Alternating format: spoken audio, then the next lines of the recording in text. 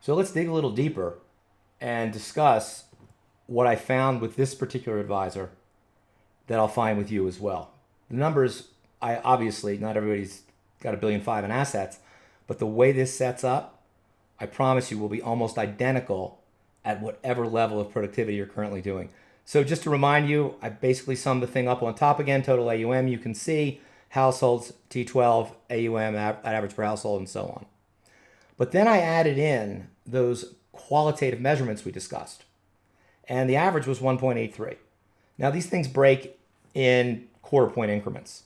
So essentially I said, okay, anyone with a rating of 2 or below, let's see what's going on here. Now, the ratings of 2 or below also contained folks that were in the number 2 productivity stack and the number 3.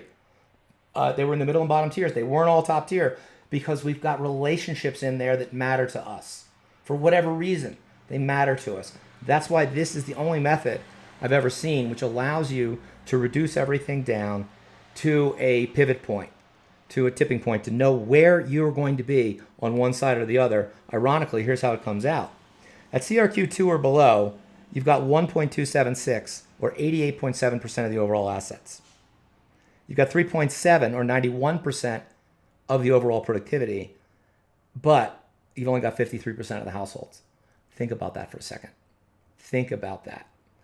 You'll see in a minute where your time allocation is.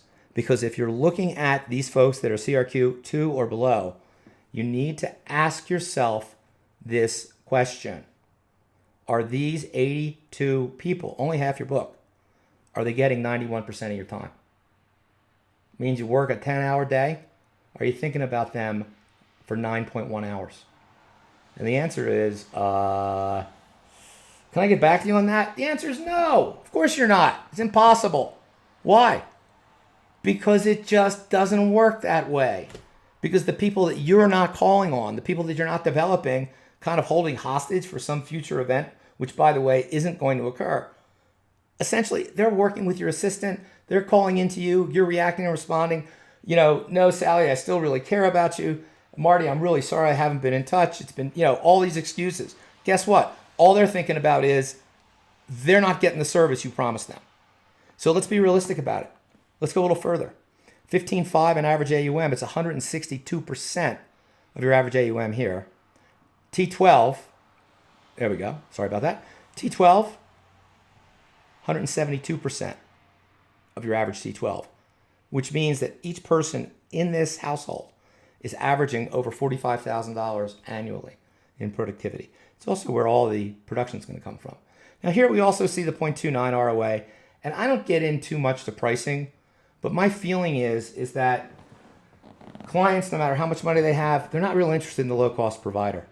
And as you demonstrate value, even if you've got to make an accommodation to get them in the door, you need to set yourself up for once they recognize value that the compensation structure needs to change, as I'll talk about here in just a minute. Let's look at the other ones, CRQ 2 and above. Okay, what do we got here? Well, you still got a nice book, 197 million. Problem is, you're not talking to them. You're not. You want to think your staff's talking to them. Yeah, when they call in. But things happen. Just because you're not in touch with them doesn't mean they're not inheriting. Doesn't mean people aren't living, dying, buying, selling. Things happen. T12, 461, 11% of total, 72 households. Essentially, 46.75% of your responsibility sits here for how much? 11.3% of your productivity. It's just wrong. Average T12, 24% of your average, and average ROA, 0.23. If anything, this is what I looked at and said we have two issues. The first is identifying where you as the senior member are spending your time. Because as the senior member of a vertical team, he's not on a horizontal team, he's on a vertical team, which is great.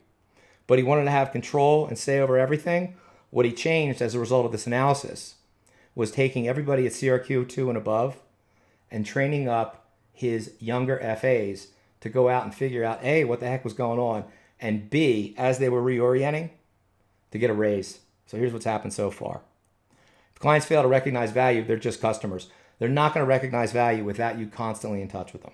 So in 222, when we started, we had a tier 3 breakdown looked like this at a 0.26% overall. Not real good.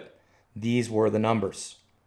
And then he took a couple of his younger FAs, which are acting more in a support role for him, segregated them, put them in charge of the tier 3, told them what he wanted to do, and they each, I think, reached out to 3 or 4 people per week, reprofiled them, reallocated them, and got a raise at the same time. So here we are 8 months later. Assets went from 216 to 235. Households, nice number, went down 93 to 81. Total production, 558 to 1.1.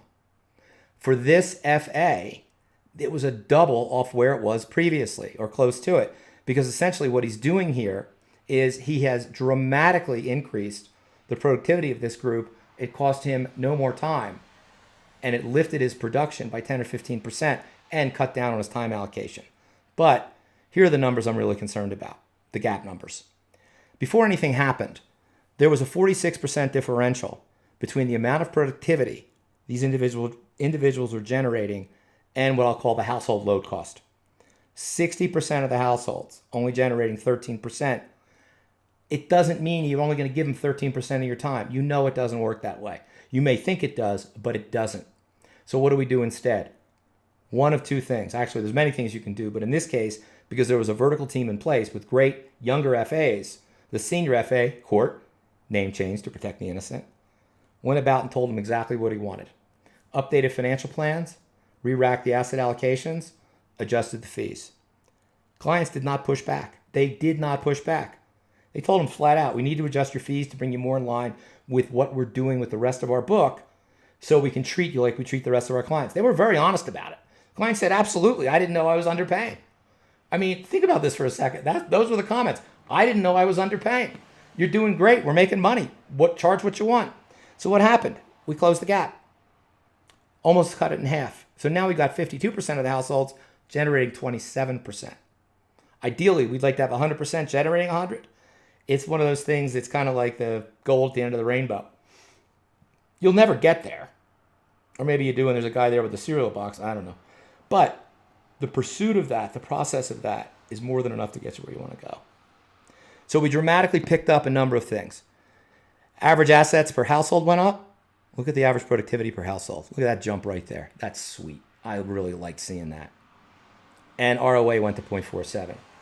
So what Court, name made up, is now doing is actually talking to his his number 1 and 2 stack clients, especially ones that come in, about getting a raise. Here's what that looks like. This is an email he sent me or a text he sent me in May. Now, by the way, this is a real person. And if you're considering becoming a client, I'll introduce you to him. He can tell you the story. He was ready, willing, and able on a $5 million initial inception with a $45 million opportunity, ready, willing, and able to discount this individual down. And he just look what he said. You can't make this stuff up. Basically, WTF are you doing? Know your value, because he's a great FA. Booked him in at 100 basis points.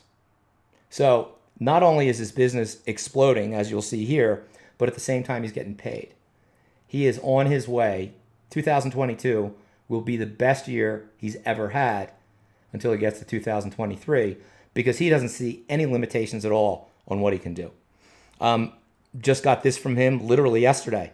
Glenn is another client I have who had a number of accounts that were more closely located with this FA, who happens to be a private wealth advisor as well. Glenn's a great guy, doesn't deal with a lot of $25 million north relationships. So I introduced to him.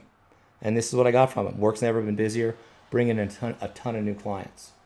While most of us are sitting around going, I don't know what to do next. Bullshit. If you're experienced, you've been through this before. And almost every FA out there, 50% of the world of FAs, less than 15 years experience, never seen a market like this. Never even seen interest rates like this. And I will basically go through with you some very simple steps as to how you can go from engaging a prospect, asking the prospect 3 or 4 questions, ditch the value proposition, it's useless, asking them 3 or 4 questions, getting the statements, and figuring out if you can add value and then explaining why. This is absolutely the period to go out and bring more money in with the skills you've accumulated than you can possibly imagine. Or you can just basically sit on your butt and either watch what happens or say, WTF just happened. Why don't you go out and make things happen instead? It's a lot more fun. You'll make a lot more. Thanks.